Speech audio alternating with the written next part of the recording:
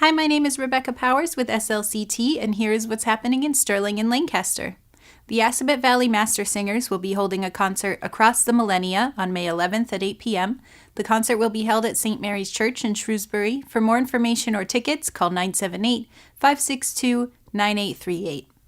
The Bigelow Public Library will be hosting their Anime Club for Teens. This club meets Thursdays at 6 p.m. starting on May 16th.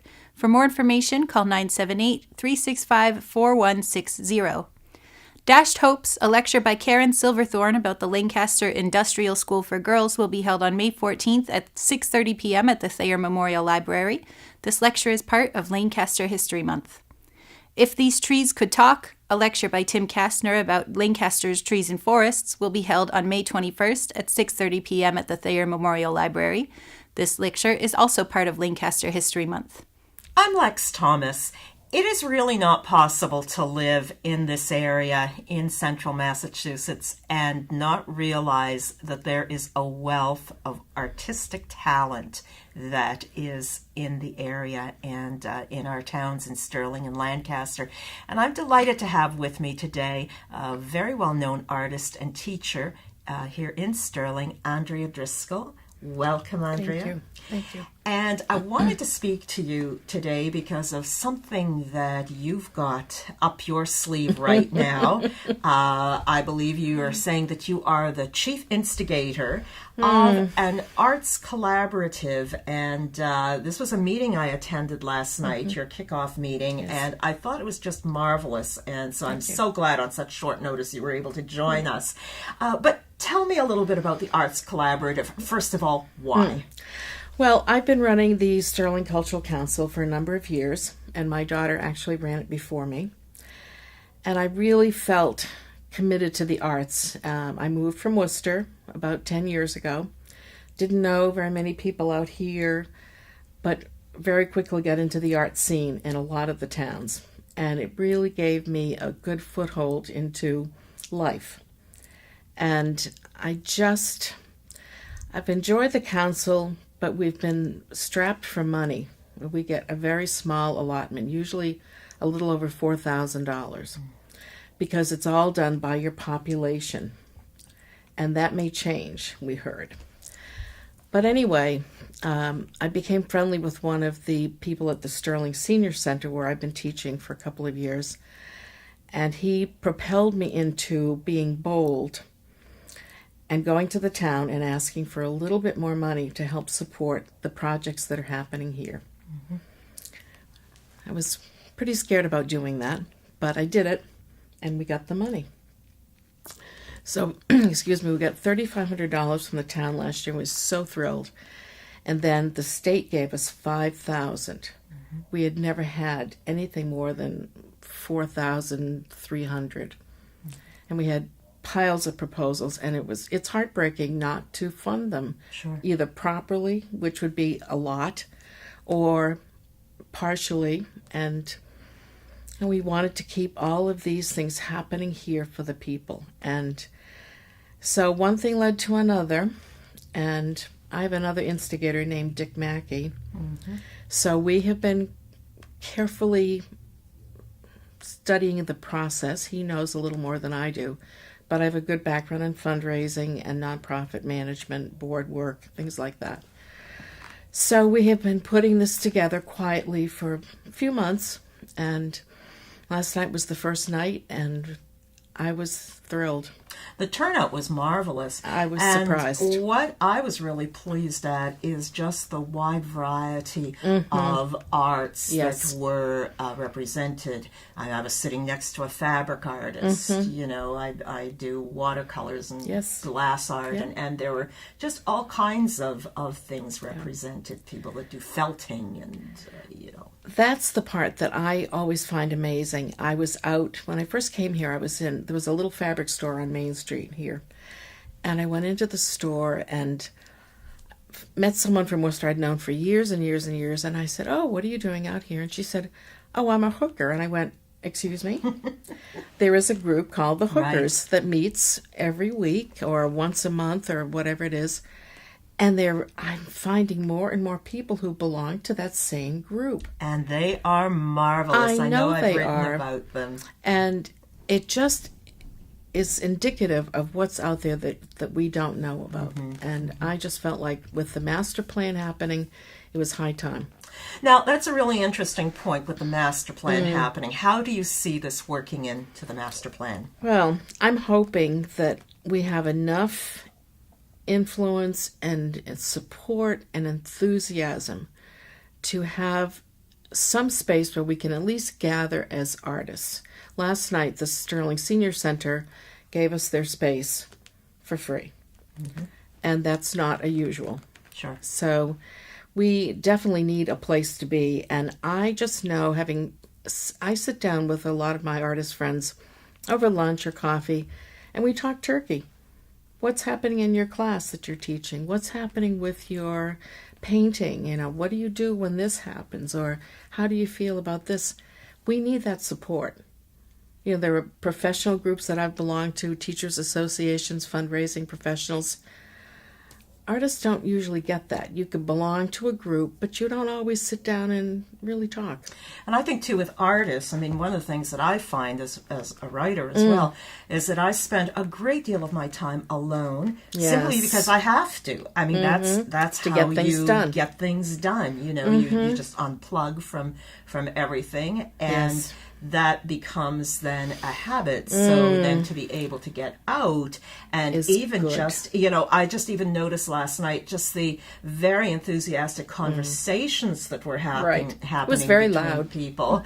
And just, there was a real sense of camaraderie. Yes. Now, what will the collaborative do? Is this going to be a place that people can come and do art together? Is it a planning group? Is it what do you have in mind? All of the things that we've talked about. Reaching out to support new artists, reaching out especially to the younger communities, the children. We have a wonderful school system here, and we can develop the children. I'm a pen pal with a fourth grader, and I draw all over her letters, and then she comes back and tries to draw on hers. And so she's really excited about art and has never known an artist before. Sometimes artists are those people that hang on the walls in the museum. Right. They're not real people. That's right. And I think sometimes people are a little bit nervous about calling themselves an artist, or a bit shy about. So, that's why I say there are artists among so many of us here in town. And just to be together and do even something very casual, doesn't have to be a program a month or anything. I don't know how it's going to evolve. It's going to take time. We have to gather all of these people, form a list of subject areas and desires and interest levels and skills, and go from there. And then, of course, doing all the paperwork for the legalities of the group. Of course. Yeah. Now, you did a remarkable job, you and Dick Mackey, in reaching out to the people that were there last night, the people that are known to you. But how can other people get involved? Somebody who's watching this who says, gee, I don't know any of these people, but this sounds like something I'd like to do. How do they get involved? Well, right now we don't have our own email. So we're going to, probably in 2 weeks, we'll have a list and a new email so that we can publicize that, maybe put it on the source so that people can get in touch.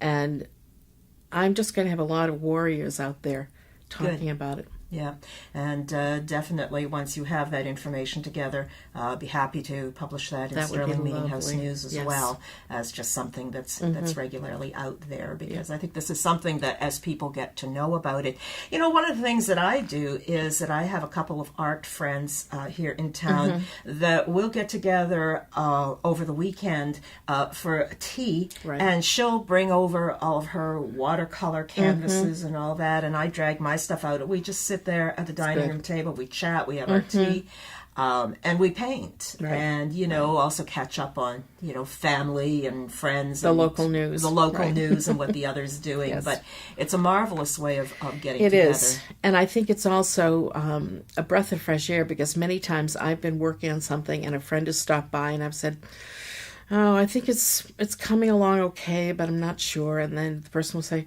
oh no, it's done. So that critique type of group I've belonged to too, and you can do that informally. It's really very helpful, especially when you're getting started. Yes. But also for people like myself who've been painting, I don't want to tell you how many years, and I started at 5. So we all have our own anxieties about perfection. Yeah. And when you're looking at something, I find this with stuff that I'm writing as well. You write, you eventually become what I call married to it. Yes. You can't see it objectively anymore. No. And you do need, just the back. way that the writer will have an editor and also just, a peer group like that is just marvelous. It's very important, and I think the most important thing is connecting, because I had a call from a woman yesterday who had been in a show that I had put together, and she's told me about all these other craftsmen who need support. So all this connectedness is going to pay off. Now, one of the things that I noticed last night, too, that was really interesting is that there were a couple of people there who are not artists. But they support the arts, or friends of theirs are artists and whatnot. I thought that was interesting as well. We need that, too. Yes. Because it's almost like a well-run corporation. You have the people who have the skills to keep the budget on track. You have the people who answer the phone and bring people in. Right. There's a lot to be done on every end, and I find that so wonderful. That's just marvelous. Congratulations on having this brainchild and on all the work that I know the amount of work and organization that this takes, even to bring it to getting together with a first meeting, and such a successful first meeting. Oh, thank you. You'll find information as it becomes available in Sterling Meeting House News. Check out the Sterling source as well, and make sure that we get all of that out to you. We'll have that here on SLCT as well. If you're an artist of any level, or just an art lover, somebody that wants to get together and network with artists, this is the thing for you. Incredibly friendly group. So all the best with it. Thank you, so Andrea. much. The Thayer Memorial Library will be hosting Let's Make Cards with Joan Allard. Attendees will learn how to make greeting cards and leave with 5 completed cards. This event is May 28th at 6 p.m. For more information or to register, call 978-368-8928. Severn Bridge Writers Collaborative will be hosting a workshop, Manuscript Editing for Fiction Writers. This workshop will be presented by Ursula Wong on May 18th at 10:30 a.m. at the Thayer Memorial Library. The Sterling Garden Club's annual plant sale will be on May 16th from 9 to 11 a.m. on the Sterling Town Common. There will be a free pizza party at the Lancaster Senior Center on May 22nd at 11:30 a.m. This party is sponsored by River Terrace. For more information or to register, call 978-733-4076. I'm Rebecca Powers, and that's what's happening.